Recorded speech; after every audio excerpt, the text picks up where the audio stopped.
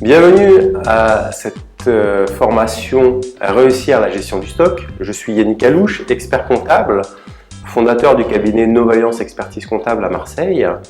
Et l'objectif de cette formation est de vous donner toutes les clés pour bien réussir la gestion de votre stock.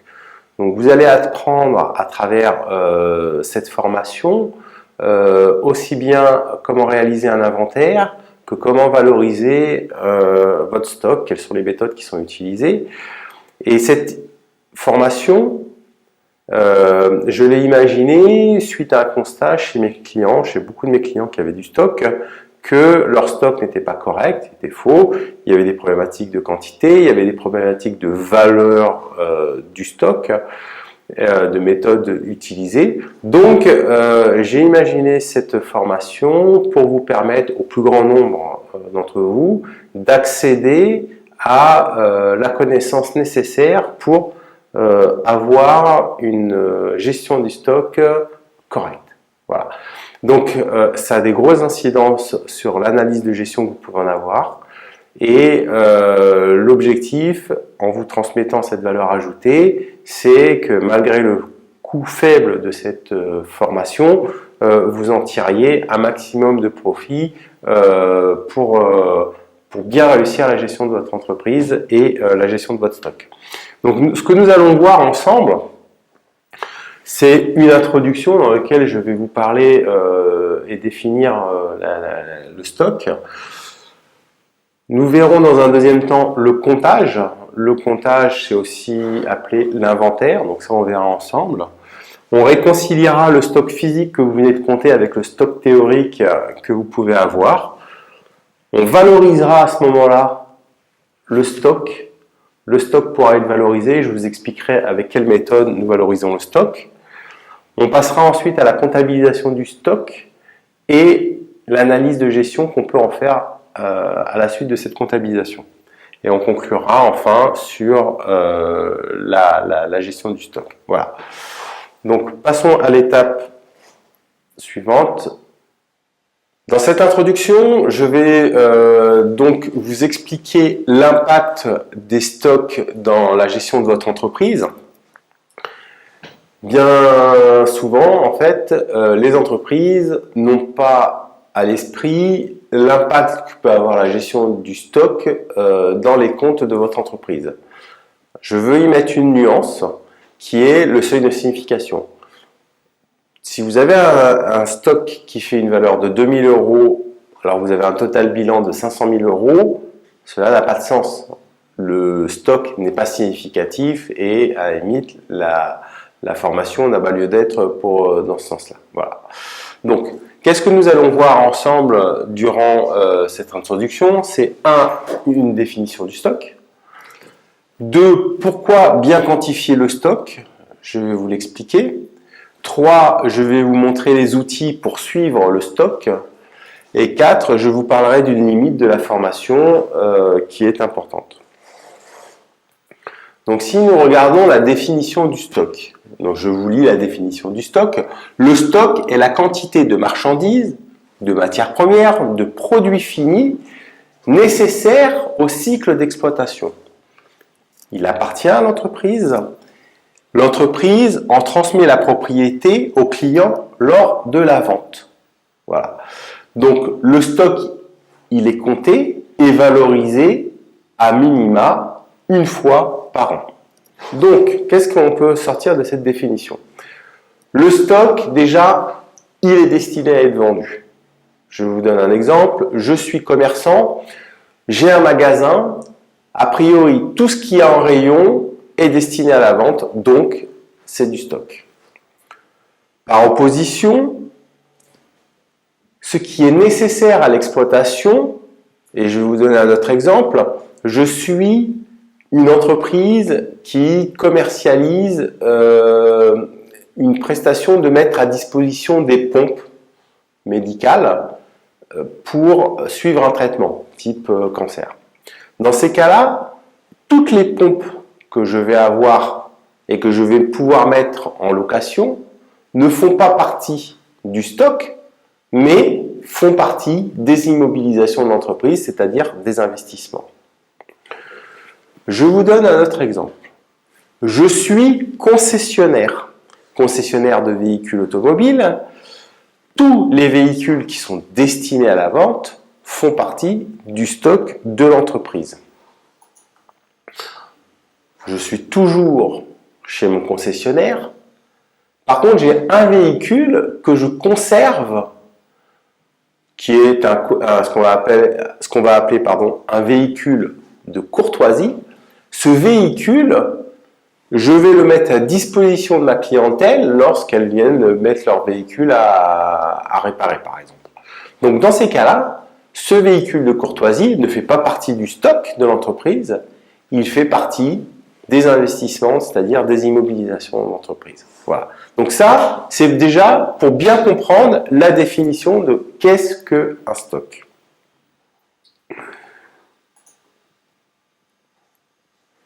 Maintenant, pourquoi bien quantifier le stock?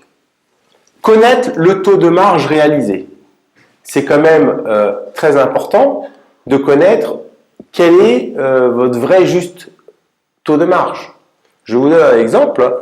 Vous pensez que vous faites 65% de taux de marge, mais en réalité, vous faites 50% de taux de marge. Il n'y a qu'en ayant quantifié votre stock que vous allez pouvoir déterminer réellement votre taux de marge. Une des raisons également de quantifier son stock va être en fait de sauvegarder ses actifs. Faire attention qu'ils soient en bon état, c'est-à-dire bien conservés. Et également éviter le vol.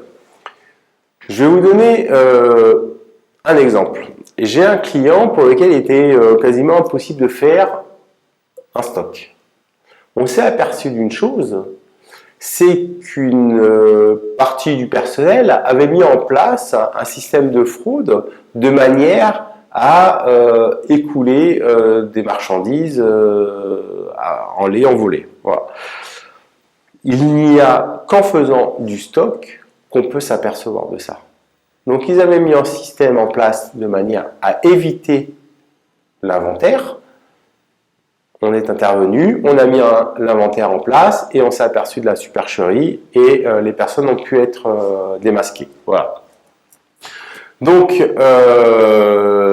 faites attention à cette gestion du stock. C'est aussi vous sauvegarder vos actifs, donc c'est de l'argent qui vous appartient.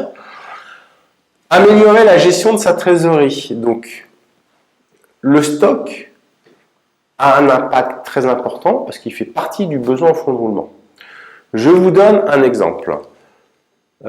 Plus votre stock va augmenter et plus votre besoin en fonds de roulement va augmenter. Je vous donne donc mon exemple. Au 31 décembre de l'année, j'ai une société qui a un stock d'une valeur de 750 000 euros. Prenons maintenant l'année suivante. L'année suivante, son stock, il est passé de 750 000 à 1 million d'euros. Et bien en fait, vous avez mécaniquement une augmentation de votre besoin en fonds de roulement de 250 000 euros qu'il faut financer d'une manière ou d'une autre et qui, si ce n'est pas financé, peut vous mettre en difficulté financière. Donc, la gestion des quantités peut vous permettre aussi d'améliorer la gestion de votre trésorerie. Éviter les ruptures de stock. Il est quand même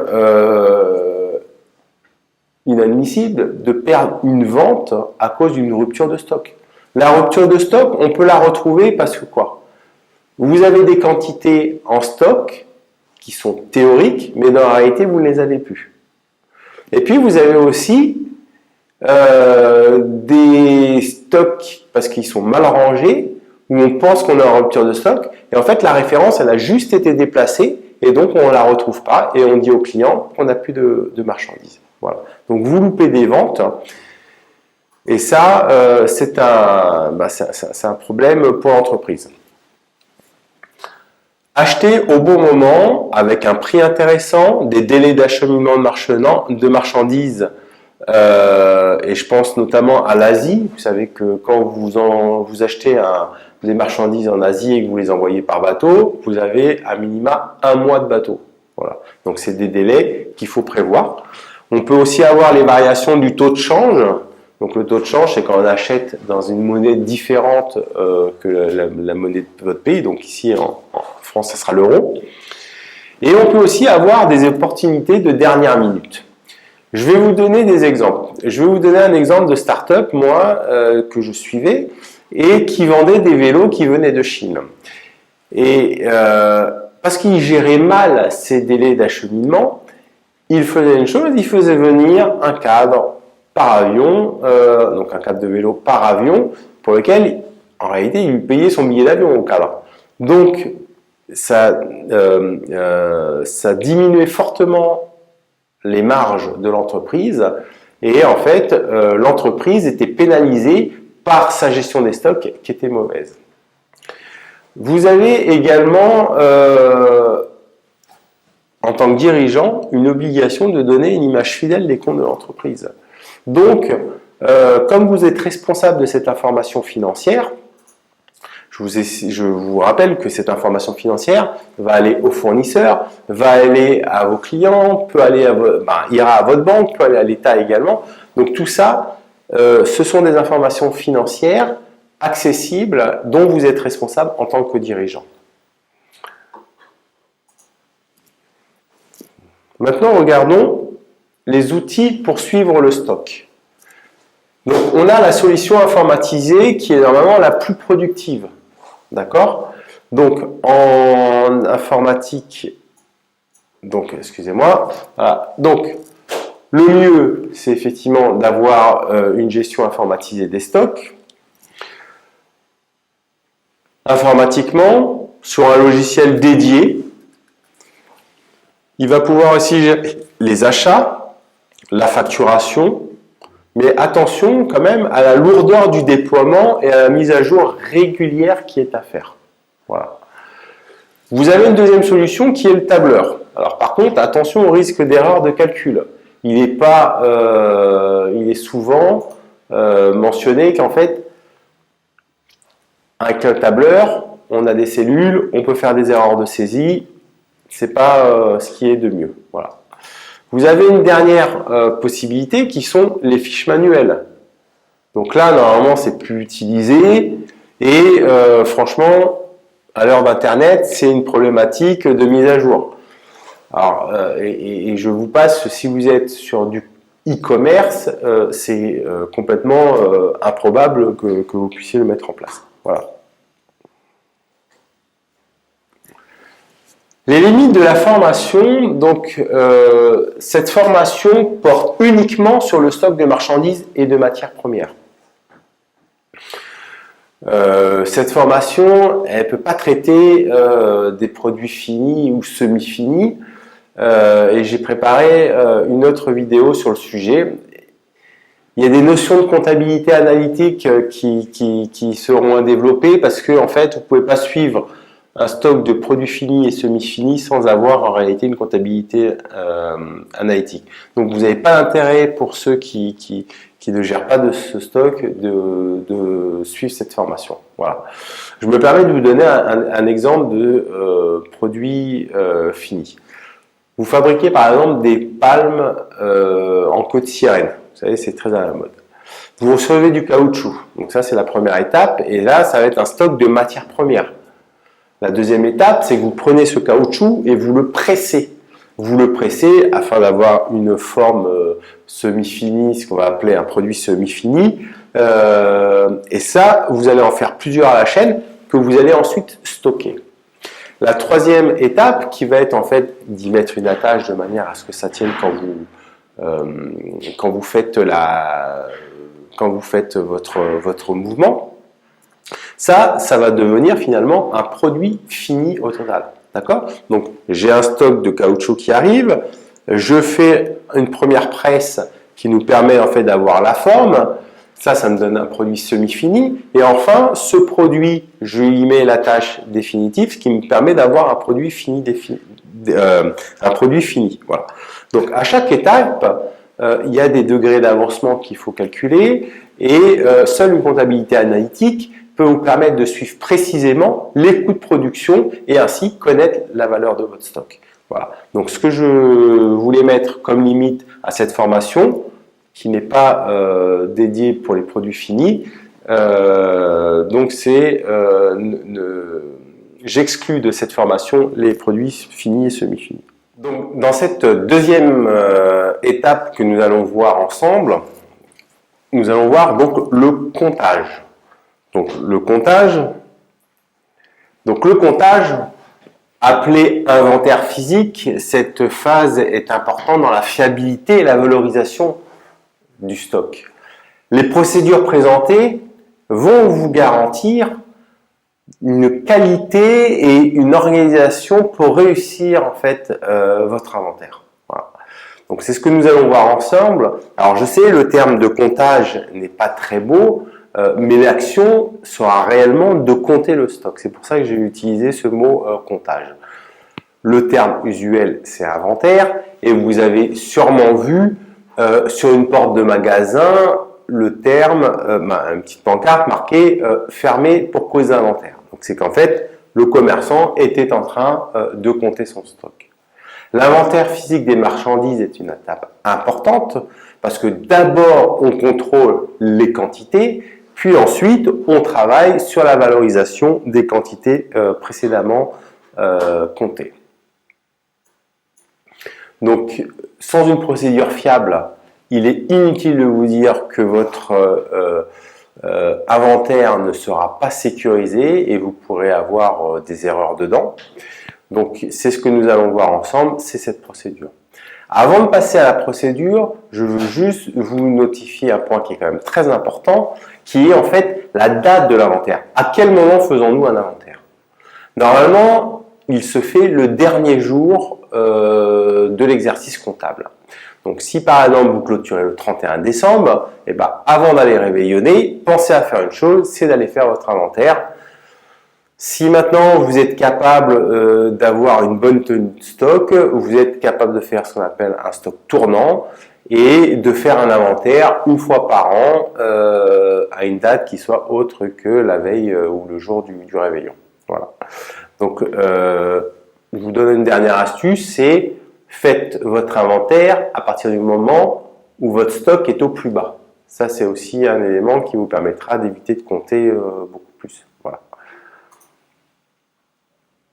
Donc, si on regarde maintenant la procédure de comptage, donc la clé réussite dans un inventaire sera son organisation. Et ça, vous pouvez y aller, c'est de vérité vraie.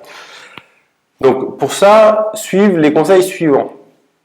Donc, le premier, c'est définir le lieu de stockage. Ensuite, vous avez l'organisation du lieu de stockage, c'est-à-dire comment il est rangé. Troisièmement, le comptage en lui-même. Donc ça, ce sont les trois points que nous allons voir dans la procédure.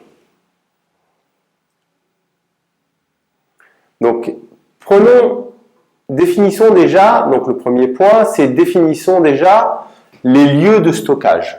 Donc, le stock peut se situer à plusieurs endroits. Donc, dans le magasin, ça, c'est quand vous entreposez vos marchandises. Il faut être exhaustif, c'est-à-dire qu'il ne faut pas oublier des zones de stockage. Ça, c'est aussi quelque chose qui est très important. Donc, savoir où est entreposées les marchandises qu'on va comptabiliser. Vous pouvez aussi avoir du stock qui se trouve chez un tiers. Je pense à Amazon. Amazon peut conserver des marchandises pour votre compte dans ses entrepôts. Donc, il faut être capable de savoir quelle est la quantité de marchandises qu'il y a dans les entrepôts d'Amazon à ce moment-là. Enfin, les marchandises peuvent avoir été payées. Je pense notamment aux marchandises, je vous en ai parlé tout à l'heure, qui partent de Chine. Donc, elles ne partent pas de Chine si elles n'ont pas été payées. À partir du moment où elles ont été payées, elles ont été mises sur le bateau. Et là, vous avez le transfert de propriété qui se fait. Et donc, vous êtes propriétaire de cette marchandise qui pourtant n'est pas dans vos locaux. Vous pouvez même recevoir la facture par email, ça va beaucoup plus vite. vous la comptabilisez, et donc on a bien de la marchandise qui a été comptabilisée que nous n'avons pas physiquement, et que si vous ne tenez pas compte, vous ne l'avez pas compté dans votre inventaire que vous faites. Voilà. Donc ça, pensez aussi à ça. On parlera même d'ailleurs de stock flottant, parce qu'il se trouve sur la mer. Donc il faut en tenir compte. Donc je vous rappelle, donc c'est définir les endroits de stockage, les différents lieux de stockage, qui peut être dans votre magasin, dans l'entrepôt de l'entreprise si c'est décentralisé, ou chez un intermédiaire comme par exemple Amazon. Et enfin, pensez au voyage que fera votre marchandise entre un point A et un point B qui sera la France et qui peut être très long.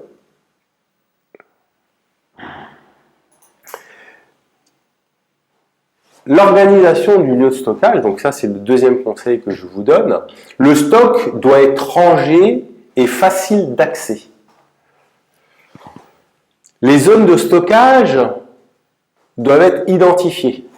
C'est-à-dire qu'on va y mettre, on va être capable de localiser dans votre lieu de stockage l'endroit précisément où se trouve la marchandise. Voilà. Les références des produits à compter sont faciles d'accès. C'est-à-dire que à chaque carton ou à chaque marchandise, à chaque objet que nous allons avoir à compter, il faut qu'on puisse lire la référence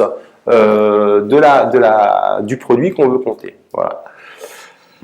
Pour les zones à hauteur, l'accessibilité doit être prévue. Donc, vous pouvez avoir des racks de rangement qui peuvent être très hauts. Et si vous n'avez pas prévu la nacelle pour vous monter de manière sécurisée, bien évidemment, pour vous monter et aller compter, le problème c'est que vous n'y accéderez pas. Donc vous allez compter de loin comme ça, et en réalité, vous allez mal compter, vous allez faire des erreurs.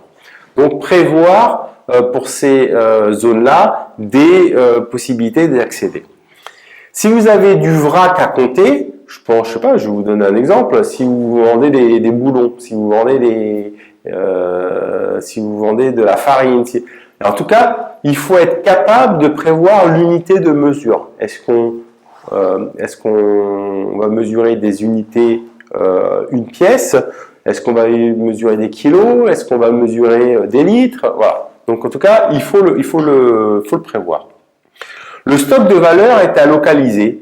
Et en fait, vous avez pour certaines entreprises qui ont du stock de valeur, tels que des circuits imprimés qui coûtent très cher, de l'or, des matériaux précieux, ou comme ça, vous pouvez avoir en fait dans votre stock un endroit qui est sécurisé où seules quelques personnes sont accréditées pour y aller. Voilà.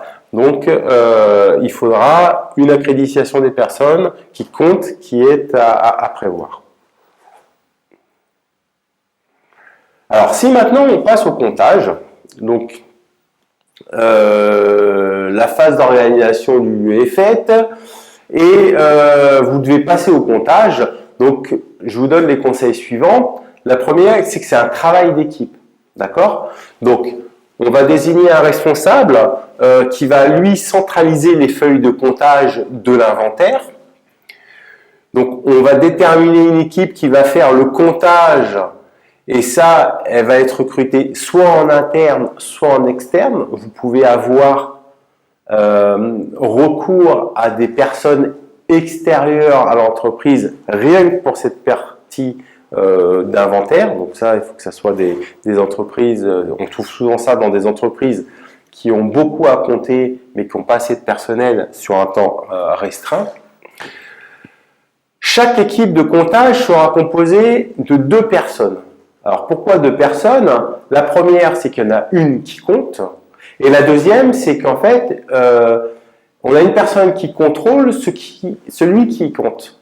Et en plus, il va noter sur la fiche de comptage les quantités qui ont été relevées. Voilà. Donc une équipe à 2, c'est mieux. Les instructions pour l'équipe seront simples, claires et sans ambiguïté. Si vous commencez à faire compliqué, vous êtes sûr que votre équipe va compter avec des erreurs, puisqu'il n'aura pas compris les instructions que vous allez lui donner. Et il faut affecter à chacun une zone pour compter. Voilà. Comme ça, on est sûr que toutes les marchandises seront comptées et on va éviter les croisements d'une équipe avec une autre équipe de manière à éviter les pertes de temps. Toujours dans le comptage, donc il faut donner le matériel à chacun. Quel est le matériel nécessaire pour le comptage? Donc on va avoir un crayon, un listing des références à compter par zone, d'accord? Donc on va déterminer une zone dans tel hangar, une autre zone qui va se retrouver dans un autre environnement. On va déterminer ces zones et on va donner un listing qui sera un listing vierge de quantité. On n'y inscrit pas les quantités au préalable dessus.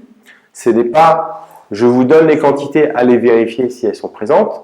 Le système, c'est je vous donne un listing, vous regardez chacune des références que vous allez le reporter sur ce listing vierge et vous allez y mettre également les quantités. Voilà.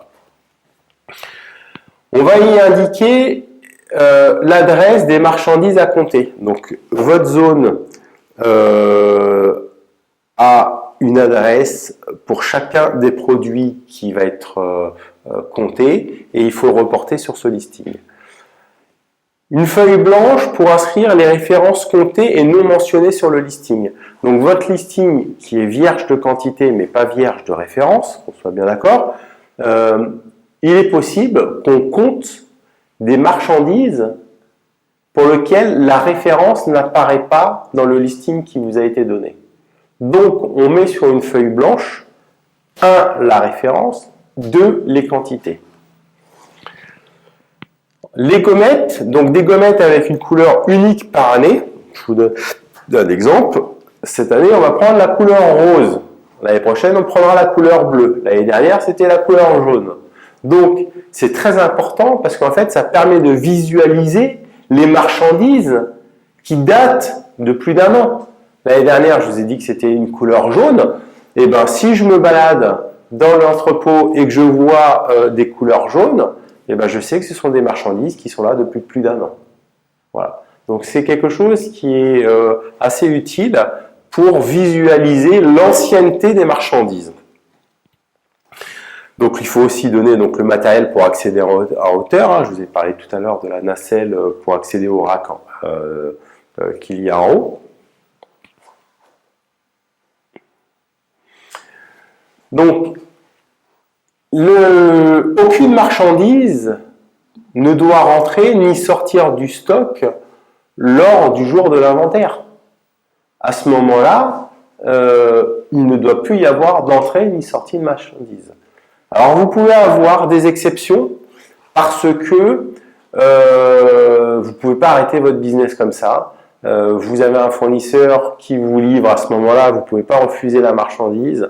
Donc, ce qu'on va faire, c'est qu'on va localiser aussi bien les entrées, c'est-à-dire que les entrées, on va les mettre dans cette zone-là et on ne va pas les compter, on va les laisser bien délimitées de manière à ce qu'on ne les compte pas. Et pareil, les sorties, on va les faire, mais on va faire des bons de sortie et ces bons de sortie, on va les garder bien précieusement pour la partie du comptage. Quand on va faire le comptage, on va dire voilà, on a compté, mais il y a eu X sorties pendant le jour de l'inventaire. Voilà. Donc ça, c'est une procédure, je vous conseille de ne pas la faire, c'est-à-dire que vous bloquez les entrées et les sorties à un moment au moment de l'inventaire. Pour les marchandises avec une date de péremption, la date est inscrite sur l'emballage et sera rapprochée du listing. Donc l'objectif est d'identifier ce qui est périmé et donc ce qui est invendable. Voilà. Donc en fonction de ce que vous allez faire, il faudra vérifier également dans l'inventaire les dates inscrites sur l'emballage de manière à identifier ce qui est invendable. L'état des marchandises est également à contrôler. Les cartons éventrés, abîmés ou les marchandises incomplètes doivent être répertoriées afin de les déprécier. La dépréciation, je vous en parlerai plus tard au moment de la comptabilisation. Voilà. Donc, je vais vous donner un exemple concret sur les marchandises qui sont d'un mauvais usage. Je vais vous parler, par exemple, j'ai un client pour lequel je faisais un inventaire où, en fait, je me suis aperçu que les pots de peinture qu'il vendait étaient éventrés et donc ils étaient devenus invendables en l'état. Donc, il a fallu qu'on le reporte sur la feuille d'inventaire de manière à s'assurer du traitement comptable qu'on allait en faire ensuite. On est toujours dans le comptage, hein. Donc le stock de valeur est compté par les personnes qui sont habilitées. Hein, stock de valeur, prenons par exemple le cas d'une entreprise électronique ou de vin et spiritueux. Donc dans ces cas-là, la valeur unitaire des marchandises est élevée.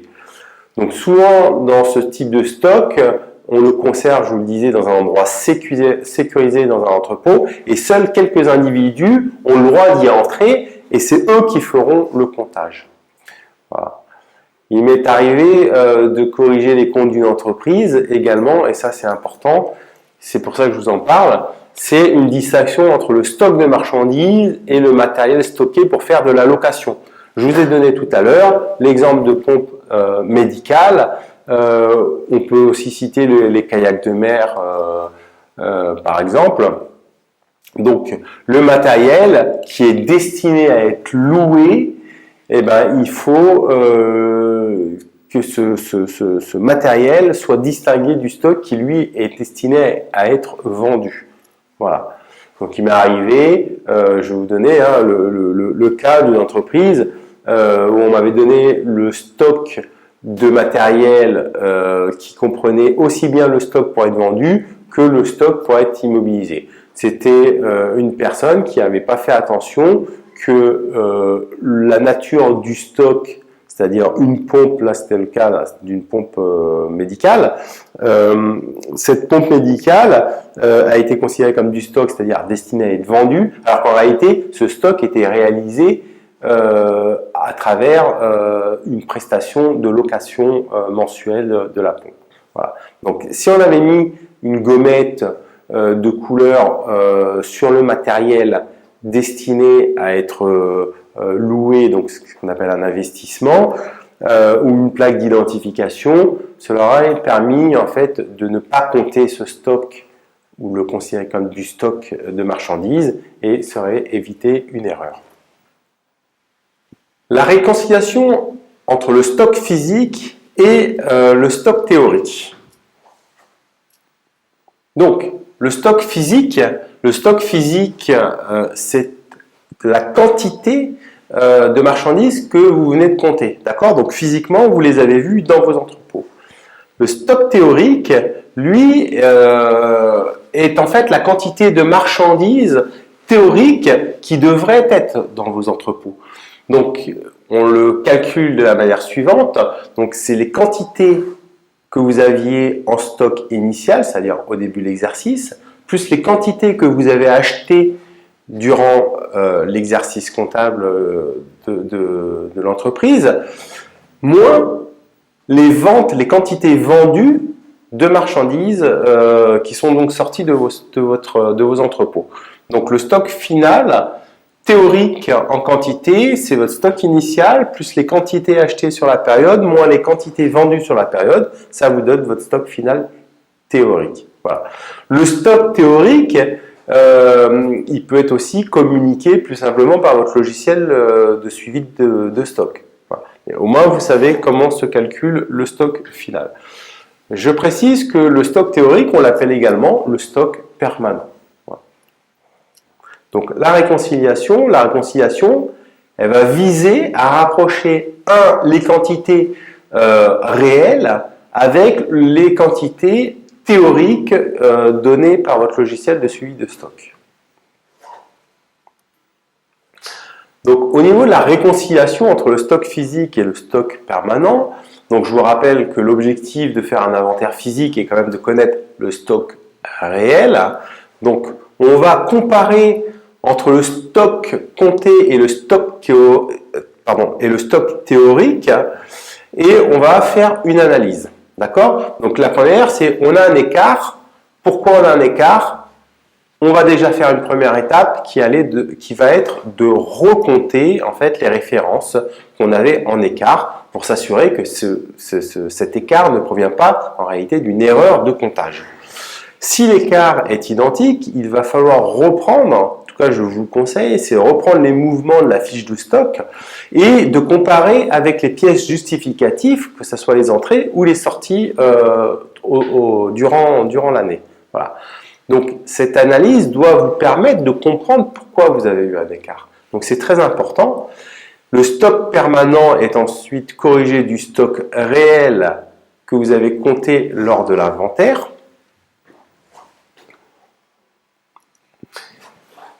Puis, vous pouvez aussi avoir des références qui ne sont pas dans l'inventaire. Alors, vous pouvez avoir des références que vous avez vues, que vous avez comptées, qui sont physiquement présentes dans votre entrepôt, mais qui n'apparaissaient pas dans votre logiciel. Donc là, il faut comprendre la raison, pourquoi vous avez du matériel, pourquoi vous avez des marchandises qui sont dans votre stock, mais qui ne sont pas répertoriés dans votre stock théorique.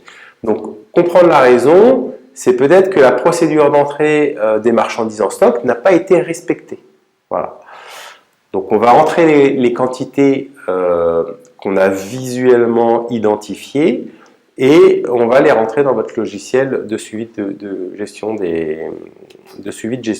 des stocks. Pardon. Donc, des erreurs dans le report des références inscrites dans le stock permanent et le stock réel peuvent expliquer également des écarts. D'accord? Donc, il va falloir veiller à les réduire en ayant plus d'attention sur le suivi de vos stocks. On peut aussi avoir des erreurs liées à la localisation des marchandises. Donc en fait, c'est juste que l'adresse qu'on avait dans le stock permanent est incorrecte par rapport au stock réel qui se situait dans une zone différente. On avait le stock réel qui était le stock théorique qui était identifié dans une zone A et en réalité, ce stock réel se trouve dans une zone B. Voilà. Donc quand on va chercher des marchandises en stock, on y va, on s'aperçoit qu'elle n'existe pas, alors qu'en réalité, elle est juste mise dans un endroit différent. Voilà. Donc, vous pourriez faire, par souci de facilité, en fait, c'est un report dans votre logiciel de gestion des stocks, uniquement des nouvelles quantités qui ont été comptées sans avoir à faire d'analyse.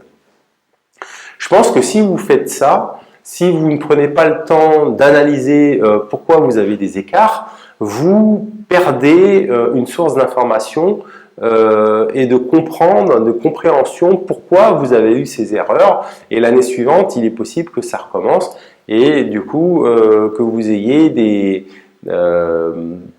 manques en termes de quantité. Et sachez que toute quantité manquante dans l'entreprise, eh ben, c'est quand même de la perte de trésorerie pour l'entreprise. Voilà. Alors bien sûr, vous ne pouvez pas vous placer non plus, vous ne pouvez pas être derrière chacun des employés. La mise en place de contrôle du stock et sa réconciliation est le seul moyen de vous assurer qu'en fait vous aurez une amélioration dans la gestion de ce stock. C'est aussi montrer à vos employés que le stock, pour vous, vous y faites attention, c'est un actif, c'est quelque chose d'important. Je vais vous donner un exemple. Vous avez un salarié qui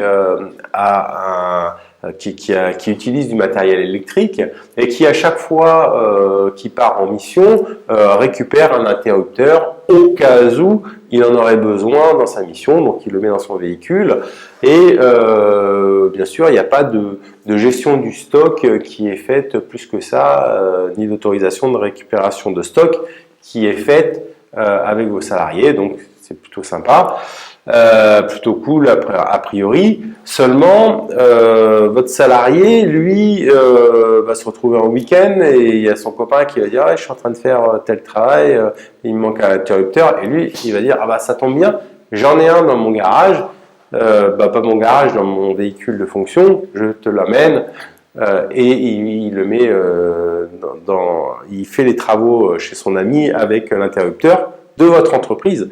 Donc finalement, c'est du vol sans le vouloir. Hein, il a voulu rendre service à son ami, seulement c'était avec les moyens de votre entreprise. Et ça, il n'y a qu'en ayant une procédure de suivi des stocks, de réconciliation, pour montrer à vos salariés que vous suivez vos stocks et donc les indicateurs d'écoulement des stocks qui font que vous allez pouvoir derrière avoir des gens qui vont être sensibilisés à cette gestion des stocks et vous allez pouvoir gagner de l'argent. Voilà. Donc, la valorisation du stock, voilà notre quatrième étape. Donc, la valorisation du stock, nous connaissons maintenant les quantités que nous avons en stock. Nous les avons contrôlées avec l'inventaire. Maintenant, il nous reste à connaître leur valeur unitaire. La valeur unitaire de vos marchandises multipliée par les quantités que nous avons contrôlées vous donnera la valeur globale de votre stock. Voilà. Donc, pour cela, nous allons voir pourquoi valoriser le stock. Nous allons voir aussi les différentes méthodes utilisées pour valoriser le stock. Je vous parlerai de la permanence des méthodes, qui est un point important, et on regardera la valorisation globale. Donc, pourquoi valoriser le stock? Donc, j'ai 3 réponses à cette question. Donc, déjà, c'est un bon indicateur du poids des stocks parmi vos actifs. D'accord? Donc, des actions commerciales pourront être définies pour en diminuer sa valeur. C'est-à-dire que si vous avez trop de stock, vous allez pouvoir décider d'une action de promotion pour essayer d'en écouler. Vous pouvez avoir également une notion significative que je veux quand même que vous compreniez. Voilà. L'idée, c'est que quand vous avez 2000 € de stock sur 200 000 € de total bilan, c'est effectivement pas significatif. Par contre, quand vous avez 200 000 € de valeur de stock sur 2 millions de total bilan, autant en pourcentage, ce n'est pas significatif, autant en valeur, ça commence à le devenir. Donc, vous ne pouvez pas vous abstenir d'avoir une gestion des stocks. Donc, au niveau de la valeur du stock, il va également avoir un impact important sur votre besoin en fonds de roulement. D'accord? Et plus votre stock va être important, et plus votre besoin en trésorerie va être important. Et plus le stock est important par ses quantités et sa valeur, et plus il y a 2 risques qui sont très importants, qui vont être le risque d'obsolescence et de vol. Donc ça aussi, c'est ma 3e réponse. Pourquoi valoriser le stock? C'est pour le suivre, pour suivre ce risque d'obsolescence et ce risque de vol que vous avez. Les différentes méthodes. Donc maintenant, regardons les différentes méthodes utilisées pour valoriser votre stock. Donc je vous les ai mis par ordre de priorité, en tout cas par ordre d'utilisation les plus couramment utilisés. Donc vous avez la première qui est le CUMP pour coût unitaire moyen pondéré. La deuxième méthode qui est le PEPS, première entrée, première sortie. La dernière méthode que l'on rencontre, c'est le DEPS pour dernière entrée, première sortie. Donc je vais vous présenter ces trois méthodes et on fera une comparaison dans le 4e point. Donc regardons la première méthode qui s'appelle le coût unitaire moyen pondéré, où c'est une moyenne du coût d'achat par les quantités. C'est un point qui est très important. Regardons, je vous ai zoomé cette zone de chiffres. où en fait, on va regarder les entrées par rapport à leur coût unitaire. Je m'exprime, je reprends. Donc là, au 17 juillet, on a rentré 20 unités à 200 € hors taxe. Donc ça a coûté 4000 €. Donc si on reprend dans notre tableau le cumul des quantités, j'en avais 0 plus 20, il m'en reste 20. Voilà. En cumul achat, en termes de valeur, j'en ai pour 4000 €. Le 20 août, je rentre 40 unités. Donc 40 unités que j'ai mieux achetées parce que je les ai achetées à 180 € hors taxe. Donc j'en ai pour 7200. Et en cumul, j'en ai 20 plus 40 que je viens de rentrer, j'en ai 60. Voilà. Et quand je fais le cumul de mon coût, j'en ai pour 11 200 €. D'accord? C'est nos 4000 € plus nos 7200 €. Donc au total, j'ai 11 200 € de coût pour 60 unités en stock. Quand je les divise, on a 186,67 de moyenne hors taxe par unité. Ça s'appelle le coût unitaire moyen pondéré.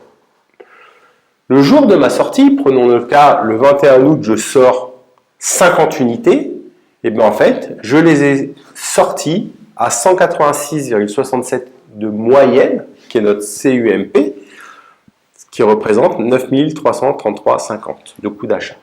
Donc notre stock final, SF pour stock final, c'est en réalité 10 unités à 186,67, donc notre stock final est d'une valeur de 1866,70 €.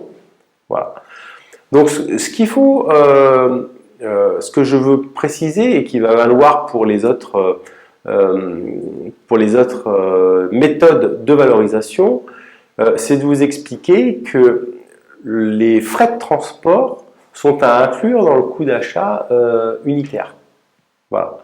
Donc, si je vous prends un exemple, donc votre marchandise, elle fait 100 000 € pour 5000 unités, vous recevez une facture de transport de 2000 € qui a permis de payer le transport de ces 5000 unités. Donc, par conséquent, pour votre coût d'achat de 5000 unités, vous serez un coût global de 102 000 €, soit 100 000 plus 2000 € de frais de transport. D'accord? Donc votre coût unitaire, 102 000 divisé par 5000, ça fait 20,40 €. Voilà. Donc ça, c'était pour que vous compreniez que dans la valorisation, dans le coût d'achat des marchandises, on met le coût d'achat, y compris avec les frais de transport liés à ce coût d'achat. Donc là, on était sur le coût unitaire moyen pondéré. Regardons maintenant la méthode du premier entrée, premier sortie. Donc les premières quantités qui sont rentrées en stock, arrivées en stock, seront les premières quantités sorties. Voilà. Donc pareil, je vais vous zoomer sur les zones de chiffres. Donc au niveau des entrées, on reprend notre exemple. Le 17 juillet, j'ai rentré 20 unités à 200 €, donc j'ai toujours mes 4000 €. Le 20 août, j'ai toujours 40 unités que j'ai rentrées à 180 €, donc j'ai toujours nos 7200 €. Et j'ai toujours ma sortie le 21 août de 50 unités. Donc, qu'est-ce qui va se passer le 21 août? Le 21 août, je vais calculer une sortie sur la base de 20 unités que j'avais rentrées à 200 € et sur la base de 30 unités que j'avais sorties à 180 €. Voilà.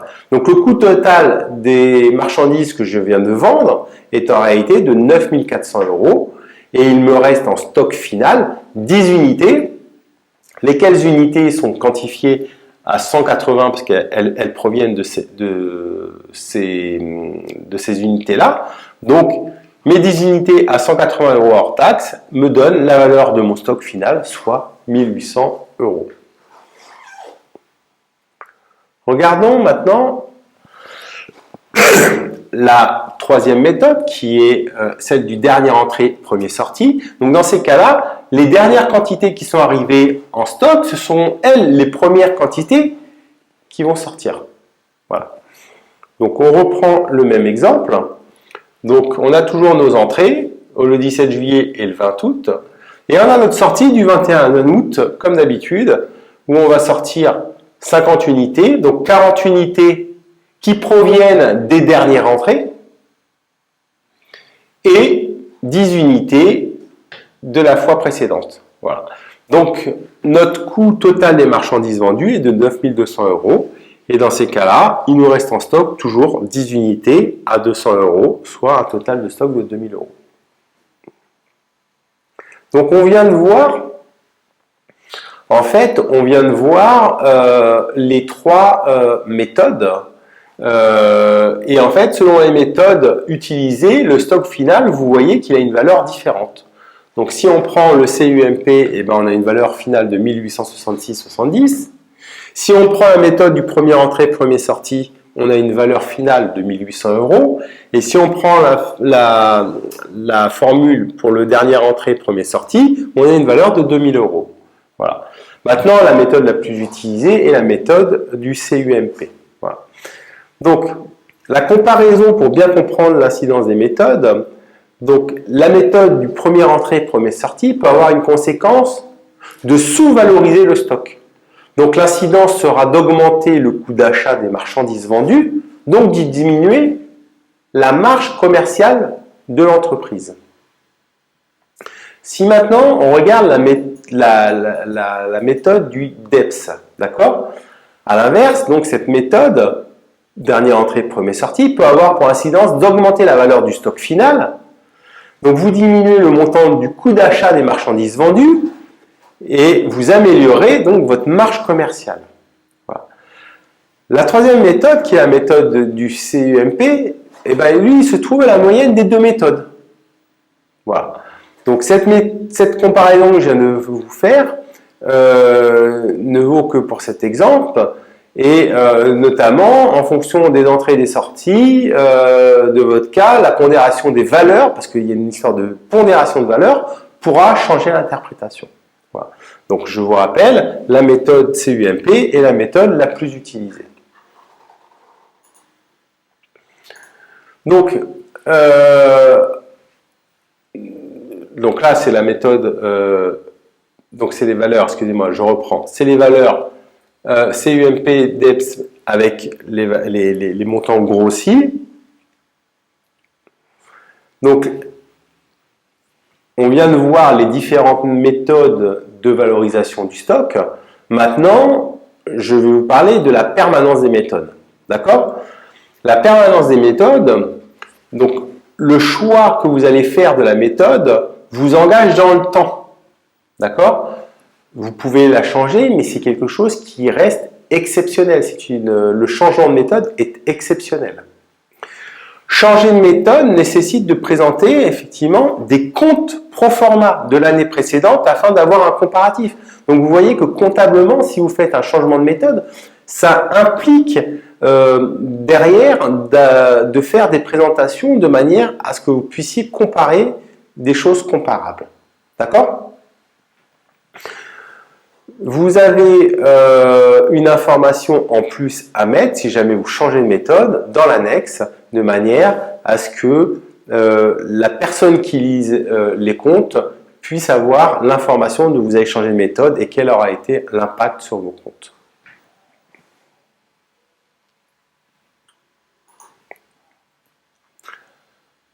Alors, la valorisation,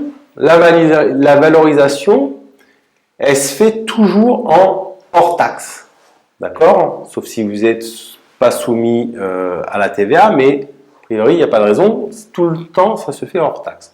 Le prix unitaire est déterminé selon la méthode que vous avez choisie et les factures d'achat reçues des fournisseurs. C'est-à-dire que grâce aux factures que vous avez de vos fournisseurs, cela vous permet de connaître le prix unitaire des marchandises achetées. Vous ne l'inventez pas. Vous devrez faire, dans le cadre de la détermination de votre valeur globale, vous devrez faire une chose qui est très importante, ce sont des tests sur les plus grosses valeurs unitaires inscrites dans votre logiciel de gestion de stock. Comme ça, ça vous permet de vérifier que les calculs qui ont été faits par le logiciel sont corrects et que les valeurs qui ont été rentrées dans le logiciel sont correctes, qu'il n'y ait pas une erreur de frappe entre j'ai rentré un prix unitaire de 10 € alors que c'était 100 €. Voilà, par exemple. Il faudra faire attention que le coût est global et qu'il contient donc bien les frais d'achat, donc que ce soit aussi bien de transport que de dédouanement. Donc s'il y a des écarts entre le calcul et le sondage, il faut comprendre les raisons. Pourquoi vous avez fait un sondage sur une valeur unitaire, donc bien sûr vous prenez les plus importantes, qui présente un écart avec vos calculs. Il faut savoir pourquoi, parce que c'est peut-être l'ensemble qui est vérolé et votre valorisation finale ne sera pas juste. La valorisation finale donc, se fait en cumulant pour chacune des références le total des quantités multiplié par le prix unitaire calculé. D'accord? Donc vous avez vos quantités qu'on a vérifiées à travers l'inventaire. On a vérifié la méthode utilisée, comme quoi elle était permanente d'une année sur l'autre. On a vérifié qu'on y mettait bien l'ensemble des coûts dans la valorisation unitaire.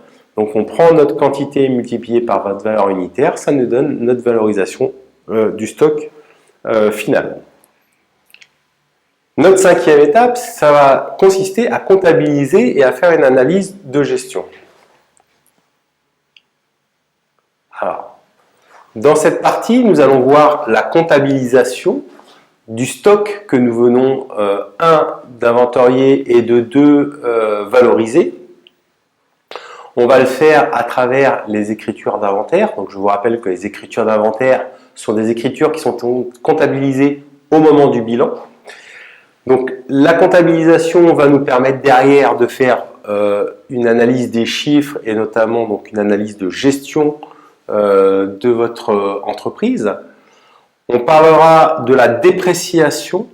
La dépréciation, j'ai commencé déjà à vous en parler quand je vous parlais de l'inventaire et de regarder quelles étaient les marchandises qui pouvaient être détériorées ou incomplètes. Donc, la comptabilisation des stocks. Dans les étapes précédentes, le stock a été quantifié et valorisé et sa comptabilisation a pour conséquence de l'activer. Donc ça, il faut bien comprendre aussi une chose, c'est que le fait de comptabiliser le stock revient à diminuer vos charges du montant du stock que vous avez calculé. Et par conséquent, activer, ça représente en fait un bien que l'entreprise a. Voilà. Donc ça, c'est quelque chose qui est très important. À quel moment? Donc l'écriture du stock est comptabilisée au moment des écritures d'inventaire, comme je vous le disais, qui peut se faire soit au bilan, soit au moment d'une situation comptable. Une situation comptable qui peut être soit mensuelle, trimestrielle ou semestrielle. Quel justificatif? Donc le justificatif de cette écriture est le travail d'inventaire que vous avez réalisé et que nous avons vu ensemble. Donc il est important de conserver vos justificatifs de votre travail d'inventaire. Alors, pourquoi? Déjà, encore une fois, c'est un justificatif qui justifie votre écriture comptabilisée. En cas de contrôle fiscal, vous pourrez être amené à produire en fait votre travail lié à cet inventaire. Et enfin, si vous avez besoin d'améliorer vos procédures de gestion des stocks, vous pouvez l'utiliser pour améliorer les points faibles et les corriger. Voilà. Je pense à la sécurisation contre le vol, par exemple. Mieux ranger vos entrepôts. Et pourquoi pas classer mieux, c'est-à-dire ranger mieux votre entrepôt en mettant des systèmes d'adressage qui soient plus optimum. Voilà.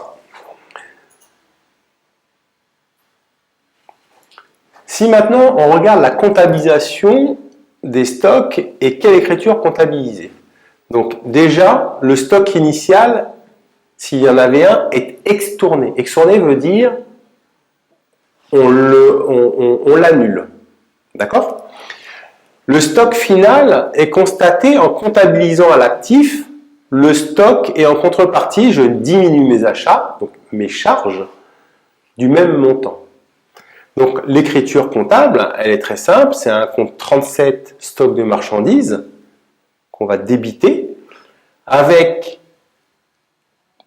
au crédit le compte 6037 pour variation du stock de marchandises pour un même montant. D'accord? À ce moment-là, vous allez diminuer le montant de vos achats de la valeur de votre stock. L'analyse de la gestion. Donc, la comptabilisation du stock permet une lecture directe de la marge réalisée, donc en valeur, et son rapport, si on le fait par rapport au chiffre d'affaires, ça va nous donner un taux de marge. Donc ça, c'est important. Revenons un peu sur le calcul de la marge. Donc, le calcul, c'est le chiffre d'affaires hors taxe moins le coût d'achat des marchandises vendues. Et je vous précise que le coût d'achat des marchandises vendues est égal au cumul des achats de l'année, plus ou moins la variation de stock de l'année. D'accord? Le stock, la variation de stock de l'année se calcule stock initial moins stock final. D'accord? Donc ça, ce calcul de la marge va être un calcul de marge en valeur. Maintenant, si ce calcul de marge en valeur, je le divise par le chiffre d'affaires, on va avoir un taux de marge qui va être un montant en pourcentage. Et l'analyse qui va être importante va être de comparer en fait aussi bien en valeur qu'en pourcentage l'évolution de votre marge d'une année par rapport à l'autre. Alors, si on prend un exemple,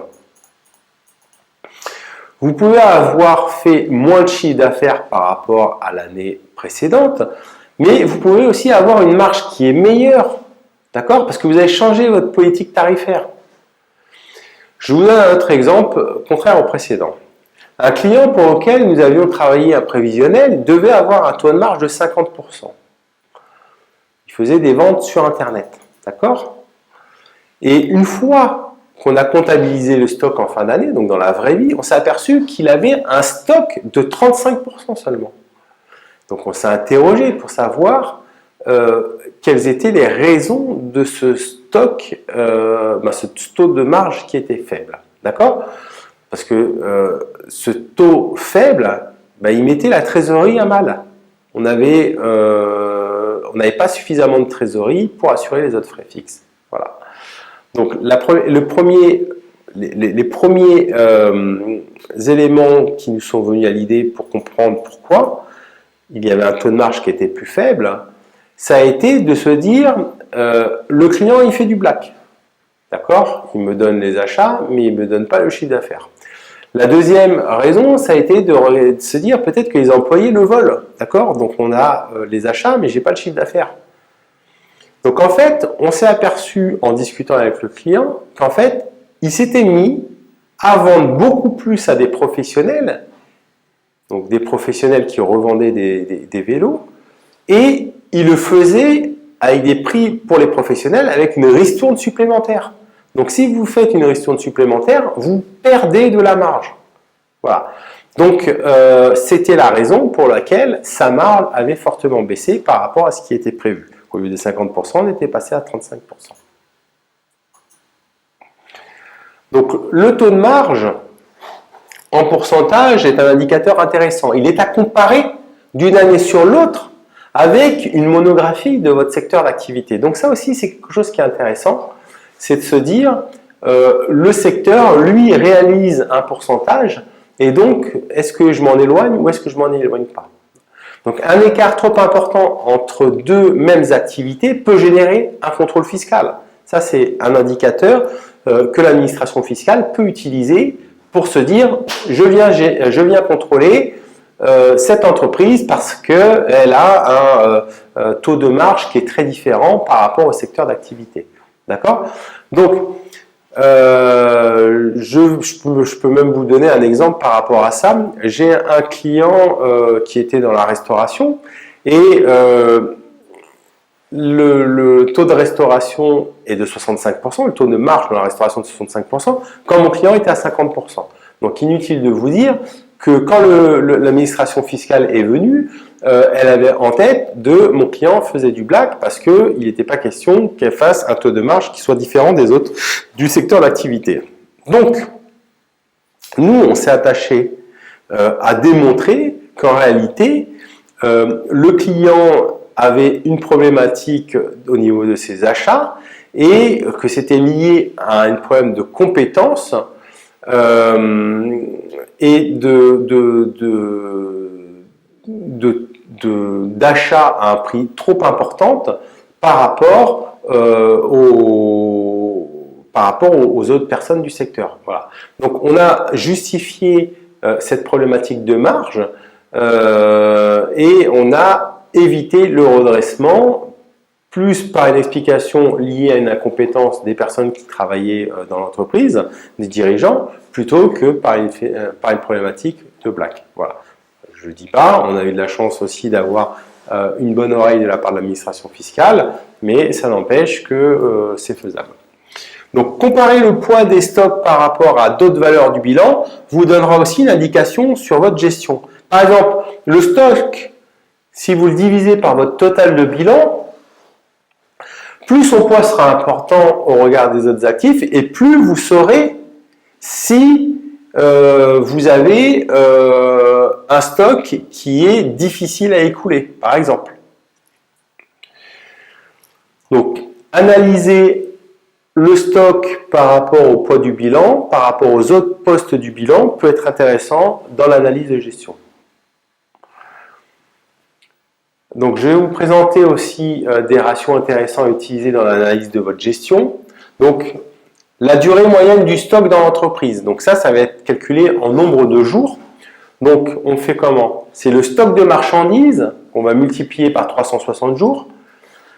Alors, ne cherchez pas 360 jours, c'est le nombre qu'on utilise pour éviter d'avoir l'histoire des mois à 31 jours et des mois à 30 jours quand c'est pas 29 et 28 jours. On utilise 360 jours sur l'année, c'est plus simple. Eh ben, on va le diviser par le coût d'achat des marchandises vendues. Et ça va nous donner en fait un nombre de jours moyen pendant lequel le stock reste dans l'entreprise. Voilà. Donc, l'analyse de gestion peut nous permettre déjà de comprendre la durée moyenne du stock dans l'entreprise. Plus votre stock va durer longtemps et plus il y aura une problématique dans la gestion. L'analyse de la rotation du stock permet aussi de connaître combien de fois ce stock se renouvelle sur une période. D'accord? Donc là, on va étudier la partie renouvellement sur la période. Donc pour cela, on va prendre le coût d'achat des marchandises sur la période. Là-dessus, on va le diviser par la moyenne des stocks de marchandises sur la période. Et ça va nous donner le stock qui tourne tous les X jours. Voilà. Donc, comment on calcule le coût d'achat des marchandises d'une période? Il se fait par mois ou en prenant une moyenne des 12 derniers mois. Voilà. Donc ça, c'est quelque chose qui est important, c'est l'analyse de la rotation du stock pour savoir combien de fois ce stock se régénère. On a également le temps d'écoulement. Pour combien de temps a-t-on de stock de disponible? D'accord? C'est pour savoir à quel moment il va falloir recommander. Donc on fait la moyenne du stock de marchandises, qu'on va multiplier soit par 12 mois, soit par 52 semaines, soit par 360 jours, ça marche pareil. Et on va diviser par le total des marchandises consommées sur l'année. D'accord?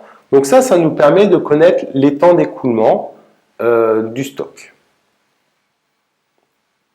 Donc là, c'était sur la partie analyse de gestion. La dépréciation des stocks. La dépréciation des stocks, donc l'obligation du dirigeant est de présenter un bilan sincère et régulier de l'activité et du patrimoine. Je vous en ai déjà parlé. Maintenant, cette dépréciation, je vais vous la définir, c'est en fait une perte de valeur qui n'est pas irréversible. Et ça revient à mettre la valeur du stock que j'appellerais généralement des nanars, soit des stocks cassés, soit des stocks perdus, à sa valeur de marché. D'accord? Donc, je reviens dessus. On a un stock qu'on a déterminé en quantité, on a un stock qu'on a déterminé en valeur. Et l'idée, c'est de se dire, si demain je devais le vendre sur le marché, est-ce que ça vaudrait ça ou est-ce que ça ne vaudrait pas ça? Voilà. Donc, son calcul, principalement sur la base du prix de marché que vous évaluez, si la marchandise en stock est cassée ou obsolète, vous devez prévoir une baisse de sa valeur. Et si vous faites une baisse de votre valeur, ça va impacter votre rentabilité et voyons comment. Donc l'impact sur le bilan, déjà, vous mettez la valeur historique à la valeur du marché. Si finalement vous vendez à un meilleur prix, dans ces cas-là, on va faire une reprise de la provision et dans ces cas-là, vous ne perdrez pas d'argent. Voilà. Si maintenant ce n'est pas le cas, votre dépréciation aura été comptabilisée sur la bonne période, c'est-à-dire au moment où on a constaté la perte de valeur, et le jour où vous allez revendre, eh ben, on va reprendre cette dépréciation et ça n'impactera pas l'exercice suivant. D'accord? Je vous rappelle que le suivi doit être fait référence par référence. Le suivi dans le temps, donc le pourcentage de dépréciation et la perte de la valeur correspond à du manque à gagner pour l'entreprise. Et vous devez comprendre les raisons de cette perte de valeur et mettre en œuvre les mesures pour que cela ne recommence pas dans le temps. Donc l'exemple type est la sauvegarde des actifs. Hein, il faut que vous fassiez attention au vol ou à la casse accidentelle. Donc, la dépréciation devient une perte en cas de détérioration, de péremption, hein, on a la date qui est dépassée, ou un faible taux de rotation ou d'obsolescence. Voilà. Donc vous comprendrez que cela génère une perte pour l'entreprise, et qui dit perte dit baisse du bénéfice, alors qu'une bonne procédure de gestion du stock pourrait vous faire gagner de l'argent. Voilà. Donc en sauvegardant vos actifs, tels que la valeur de votre stock, vous ferez en fait plus attention à votre gestion et vous aurez moins de vols et moins de casses et donc une meilleure rentabilité. Voilà. Dernier point que nous allons voir ensemble, c'est la conclusion. Donc pour conclure, ce que je peux vous dire, c'est que selon votre activité, les erreurs dans la tenue de votre stock peuvent avoir des conséquences en matière de prise de décision. D'accord? Votre inventaire est mal réalisé, vos stocks sont mal quantifiés et donc à la lecture des comptes que vous allez avoir peut vous générer des mauvaises prises de décision. Je vous donne un exemple, par exemple, en fonction du montant du stock qui aura été comptabilisé, vous pouvez être amené à vouloir l'écouler plus vite et à prendre une décision en termes commercial, tel qu'appliquer une réduction qui serait supérieure à ce que vous auriez fait si vous aviez eu la bonne information. Donc un stock mal géré, c'est aussi de la trésorerie immobilisée avec un risque de dépréciation de sa valeur. Plus cette valeur va rester chez vous et plus le risque de se faire voler, plus le risque de péremption des marchandises, plus le risque de casse sera accru et donc vous perdez de la valeur et vous risquez une dépréciation du stock. Voilà. Donc le gain attendu peut ne pas se réaliser à cause d'une mauvaise organisation de votre stock. Donc ce qui est important, et c'est les clés que j'ai voulu vous donner à travers cette formation en fait, c'est de vous dire déjà que la gestion du stock c'est aussi beaucoup de bon sens, c'est une bonne organisation, restez toujours à améliorer cette organisation dans le temps. Je vous remercie pour votre écoute. Je vous souhaite d'être actif dans votre gestion. Cette formation, en fait, a pour objectif de vous transmettre les connaissances et de vous faciliter la vie dans cette belle aventure qu'est l'entrepreneuriat. Je vous remercie et à une prochaine pour une nouvelle formation.